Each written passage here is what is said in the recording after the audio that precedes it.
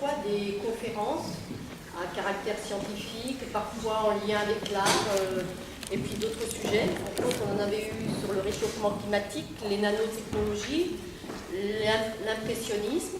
Cette année, on a constitué un petit groupe qui est composé de Claire Chenvas, la bibliothécaire, Clarence Burgraff et Pierre Trey, qui sont membres du bureau culture, de la commission culture, Hervé Papin, qui est employé, que vous connaissez, employé HP, et moi-même.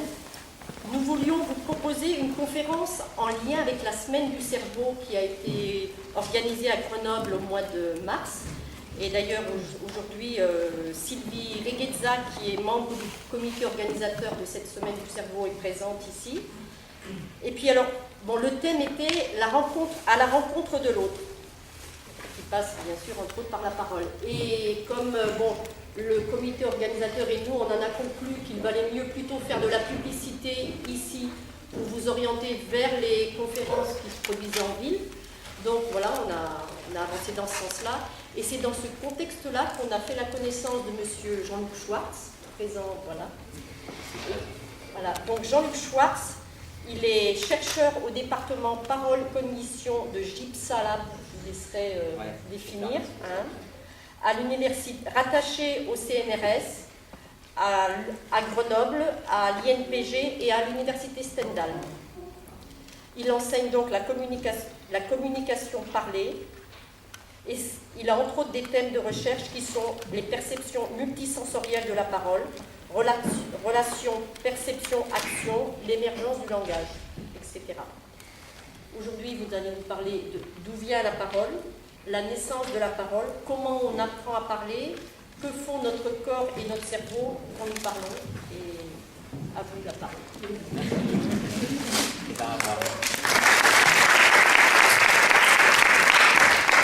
Donc, merci bien de m'avoir invité là, merci d'être venu. Donc je fais juste 3 petits points de commentaires au départ avant de me lancer. D'abord, j'ai bien compris qu'il y en a parmi vous qui devaient partir avant la fin pour des raisons de boulot, donc vous partez tranquillement, il n'y a pas de souci. Et je veillerai à ce qu'on finisse dans les temps. Donc c'est 2h moins le quart, hein, c'est ça, ou plus tard, dernier délai, ça va. La deuxième chose, c'est que, évidemment, ce qui est intéressant, c'est qu'on interagisse en permanence quand vous voulez. Donc d'abord, vous m'interrompez chaque fois qu'il y a un truc que vous ne comprenez pas. Et puis aussi, ce qui m'intéressera, c'est qu'on puisse partir de questions que vous vous posez dans le thème dont je vais vous donner en gros le programme au départ. Et puis, je vais m'adapter aussi aux questions que vous me posez parce que le choix que j'ai fait, je travaille dans le domaine de la parole. Je vais vous dire un peu ce que c'est que ce domaine, le nom de mon labo, tout ça. Mais ce domaine de la parole et du langage, c'est un domaine très grand. J'aurais pu choisir d'aller dans un truc pointu de ce domaine et pénétrer profondément dans cette zone pointue. Je préfère essayer de vous donner un panorama un peu large. Du coup, je vais aller trop vite dans plein d'endroits et surtout, on va s'adapter un peu aux zones qui vous intéressent le plus. Donc, c'est bien qu'on interagisse le plus possible. Donc, moi, je travaille dans ce laboratoire au nom un peu compliqué, Grenoble Image Parole Signal Automatique, qui est un groupement de 3 laboratoires grenoblois. Un laboratoire que je dirigeais avant qui s'appelait Institut de la communication parlée, qui était centré sur la parole. Un laboratoire qui travaillait sur l'image et les signaux, qui s'appelait le LIS, et un laboratoire qui travaillait sur l'automatique. Et il est possible que certains d'entre vous aient eu ou aient des contacts avec l'un ou l'autre de ces laboratoires d'origine. Voilà. Alors, d'où nous vient la parole? Donc, ce que j'ai proposé comme conférence, c'est... non, je n'ai pas mis de plan ici. C'est donc une manière de se questionner sur la parole et le langage autour de la question de la naissance. Dans un double sens, d'abord, comment est-ce que les petits qu'on a été ont appris à maîtriser les aspects de la parole et du langage. Je vais dire des petites choses là-dessus parce que c'est un thème en soi qui est monstrueux. Et puis parallèlement, qu'est-ce qu'on arrive à comprendre un petit peu sur d'où nous vient le langage et la parole dans l'évolution. Donc la naissance, non pas dans ce qu'on appelle l'ontogénèse, c'est-à-dire dans le développement du bébé à l'adulte, mais dans la phylogénèse, c'est-à-dire qu'est-ce qu'on comprend ou sur quel genre de problème on travaille pour comprendre éventuellement quelles sont les continuités entre la communication animale et le langage humain. Et en gros, j'ai structuré mon exposé en 4 parties et à mon avis, je n'arriverai pas à traiter tout exactement comme je veux, donc on va bouger dans ces 4 parties. Dans un premier temps, je vais vous rappeler rapidement qu'est-ce que c'est que le langage humain, comment il est constitué, qu'est-ce que c'est que les niveaux du langage, les mots, les sons, etc., de quoi on parle. Ça me permettra d'insister sur une caractéristique importante de ce langage humain, c'est qu'il est à la fois différent partout, vous savez bien, les langues sont différentes partout, il y a à peu près 6000 langues parlées dans le monde, donc il y a plein de langues, et en même temps il y a des choses communes à toutes ces langues, donc j'essaierai de faire émerger ce qu'il y a de commun et ce qu'il y a de différent. Et puis ensuite, ayant fait émerger une espèce de charpente commune des langages humains, on essaiera de voir d'où peut venir cette charpente commune. On ira d'abord regarder du côté de la production de la parole, donc ce sera mon second point, comment on parle, est-ce qu'on comprend, comment marche le conduit vocal pour produire des sons. Ensuite, j'essaierai d'aller regarder comment on entend, donc comment marche l'oreille pour entendre les sons. Je fais une petite parenthèse pour dire que Marie-Jeanne a mentionné que je travaille sur la perception multisensorielle de la parole. Un enjeu très important, c'est que quand vous me regardez, même si vous ne le savez pas, vous êtes en train de lire sur mes lèvres. Alors il y a tout un champ important de la parole qui est ce qu'on appelle la parole audiovisuelle et la multisensorialité. Et ça, j'en parlerai pas faute de temps, mais c'est aussi un enjeu qui est important. Et puis le dernier point dont je parlerai à la fin, brièvement, c'est qu'est-ce qu'on comprend comme continuité animale entre ce que font nos cousins les singes et puis ce qu'on fait nous, et quels sont les petits bouts de lien qu'on peut faire. Voilà. Donc vous m'arrêtez quand vous voulez. Et je commence dans ce premier point qui est qu'est-ce que c'est que le langage humain.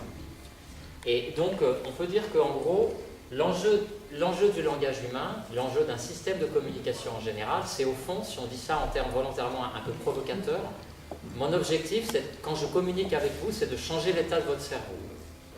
Très basiquement, la preuve, c'est que entre le moment avant que je parle et le moment après que j'ai parlé, comme vous avez compris quelque chose, c'est que votre cerveau, il a changé d'état puisqu'il a mis une information nouvelle qu'il n'avait pas avant. Donc l'objectif d'un système de communication, c'est en gros de partir d'un message qu'il y a dans le cerveau d'une des personnes qui communiquent.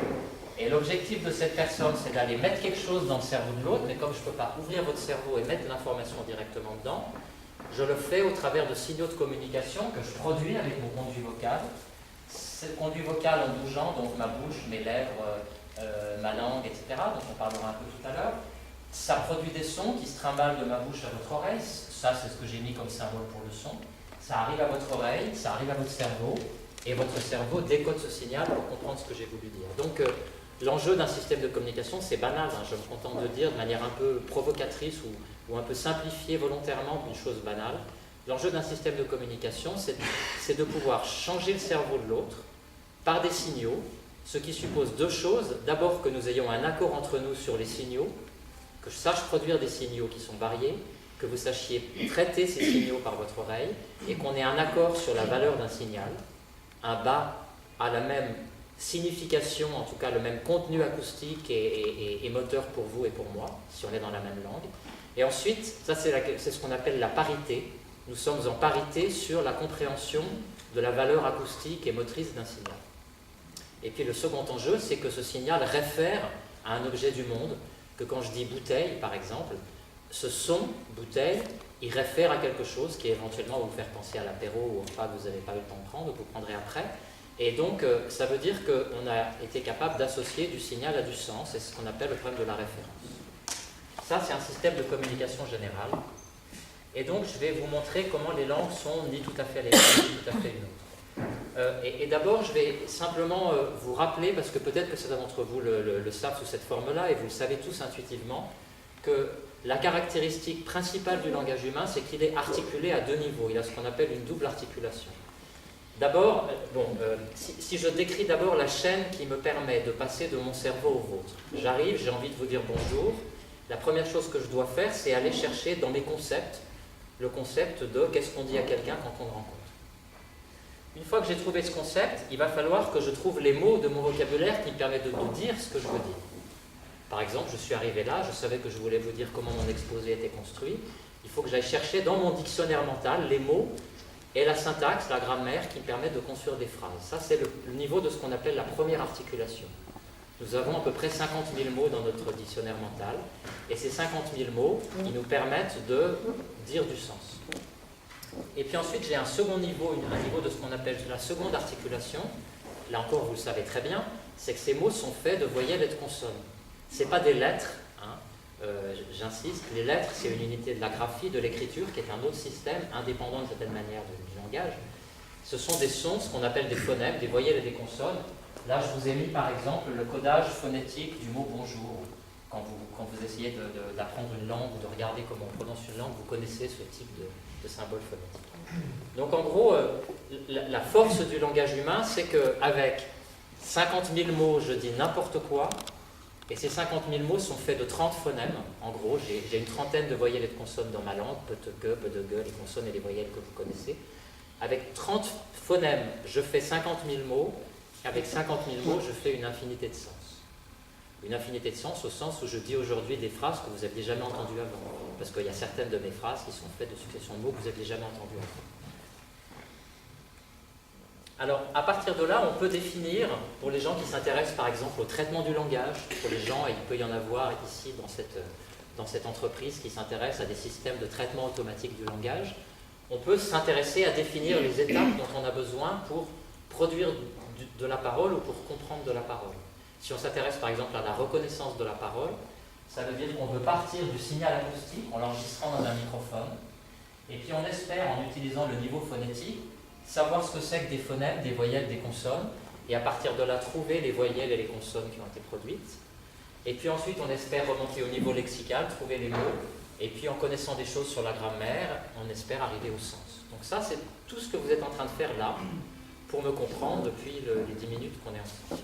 C'est faire remonter ces étapes pour arriver à comprendre le sens.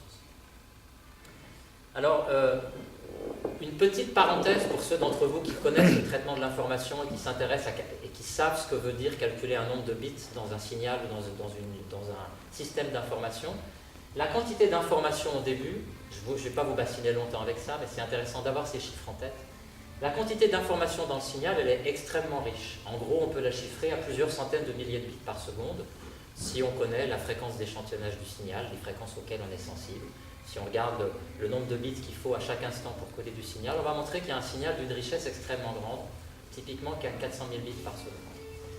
Si on va regarder ce qui se passe au niveau des phonèmes, il y en a en gros une trentaine. Pour coder un phonème, il faut donc à peu près 5 bits.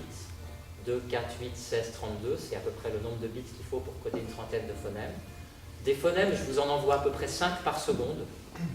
Ça veut dire qu'il y a en gros une voyelle ou une consonne qui vous arrive dans l'oreille toutes les 200 millisecondes. Donc vous voyez qu'au niveau des phonèmes, j'ai complètement cassé la complexité de l'information. Je suis passé de 400 000 à 50.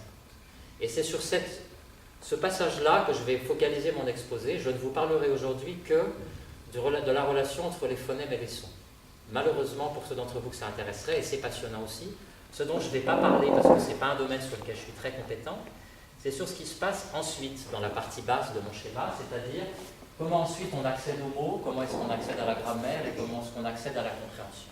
Je ne vais pas vous parler beaucoup de signification aujourd'hui, je vais vous parler essentiellement de ce qu'on appelle la parole dans ce qu'elle contient comme relation entre un conduit vocal qui bouge, des sons qui sont propagés et une oreille qui décode. Ceci dit, ici, il n'y a pas tellement de diminution de quantité d'informations, mais il y a des processus d'une complexité formidable. Pour vous donner un exemple de sujet sur lequel on travaille, une question que vous allez comprendre vite et qui est intéressante, on a tous un dictionnaire dans notre tête. Vous avez tous forcément un petit Robert dans votre tête, avec les mots, le sens des mots, les liens entre les mots, la déclinaison des mots. Et évidemment, on peut supposer que ce dictionnaire dans votre tête, il n'est pas construit comme un petit Robert.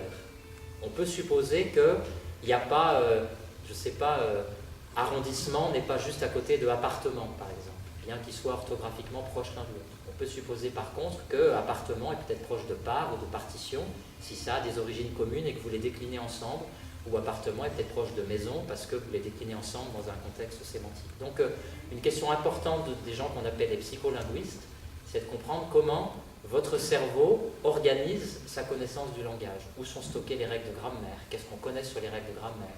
Où sont stockés les mots, etc. Mais je ne vous parlerai pas beaucoup plus de ça.